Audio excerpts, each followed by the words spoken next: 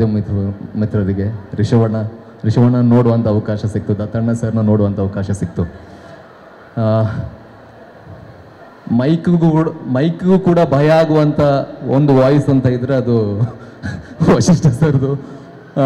ಅವರ ಗೋಧಿ ಬಣ್ಣ ಸಾಧಾರಣ ಮೈಕಟ್ಟು ನೋಡಿದಾಗ ಪರ್ಸ್ನಾಲಿಟಿಗೆ ಸರಿ ಇರುವಂಥ ವಾಯ್ಸ್ ಇರುವಂಥ ಕಲಾವಿದರು ತುಂಬ ಕಡಿಮೆ ಇರೋದರಲ್ಲಿ ಒಬ್ಬರು ವಶಿಷ್ಠ ಸರ್ ಅಂತ ಹೇಳ್ಬೋದು. ನನಗೆ ತುಂಬ ಆತ್ಮೀಯರು ಆ್ಯಂಡ್ ನಾನು ಭಾಳ ಇಷ್ಟಪಡುವಂಥ ಆ್ಯಕ್ಟರ್ಸು.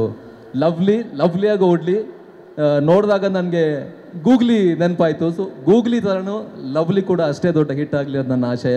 ಒಳ್ಳೇದಾಗಲಿ. Thank you. What a rhyming. ಕನ್ನಡಕ ಹಾಕೊಂಬಂದ್ಬಿಟ್ಟು ಒಂದು ರೈಮಿಂಗ್ ಹೇಳಿದ್ರು, ಗೂಗ್ಲಿ ಥರ ಲವ್ಲಿ ಆಗಲಿ ಅಂತೇಳಿ. ನೈಸ್ ಪೃಥ್ವಿ ಅವರೇ. ಎಲ್ಲರಿಗೂ ನಮಸ್ಕಾರ. Hi Rishab sir, hi darling. ನಂದು ವಶಿಷ್ಠದಂದರೆ ಹಳೆಯ ಸ್ನೇಹ, ರಾಜಾಹುಲಿಯಿಂದ ಅವಾಗಿಂದ ಅವತ್ತಿಂದ ಇವತ್ತವರೆಗೂ ಅದೇ ಪ್ರೀತಿ, ಅದೇ ವಿಶ್ವಾಸ. ಎಲ್ಲೋದ್ರೂ ಒಂದೇ ಥರ ಇರ್ತಾರೆ. ಒಂದು ಸಂಗತಿ ಹೇಳಬೇಕು, ನನಗೆ ಯಾವ ಥರ ಹೆಲ್ಪ್ ಮಾಡಿದ್ರು ಅಂತ. ಯಾವುದೋ ಒಂದು ತಮಿಳ್ ಸಿನಿಮಾ ಸಡನ್ನಾಗಿ ಶೂಟ್ ಇತ್ತು. ಆವಾಗ ತಮಿಳಲ್ಲಿ ಒಂದು 3-4 ಪೇಜ್ ಡೈಲಾಗ್ ಕೊಟ್ಬಿಟ್ಟಿದ್ರು. ಏನು ಬೆಳಿಗ್ಗೆನೇ ಶೂಟ್ ಇದೆ, ಏನು ಗುರು ಅಂತ ಕೇಳಿದಾಗ ನನಗೊಂದೊಂದು ಸರ್ಪ್ರೈಸ್ ಎಲಿಮೆಂಟು.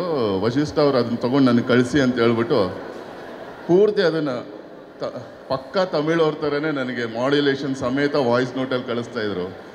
ಅದು ನನಗೆ ಆ ಸಿನಿಮಾಗೆ ತುಂಬಾ ಹೆಲ್ಪ್ ಆಯಿತು. ಅಲ್ಲಿಂದ ಇನ್ನೂ ಗಟ್ಟಿ ಆಯಿತು ನಮ್ಮ ಸ್ನೇಹ. ಈ ವೇದಿಕೆ ಮೂಲಕ ನಿಮಗೆ ಥ್ಯಾಂಕ್ಸ್ ಹೇಳೋದಕ್ಕೆ ಇಷ್ಟ ಬೀಳ್ತೀನಿ. ಅವತ್ತು ಮರ್ತೋಗಿದ್ದೆ.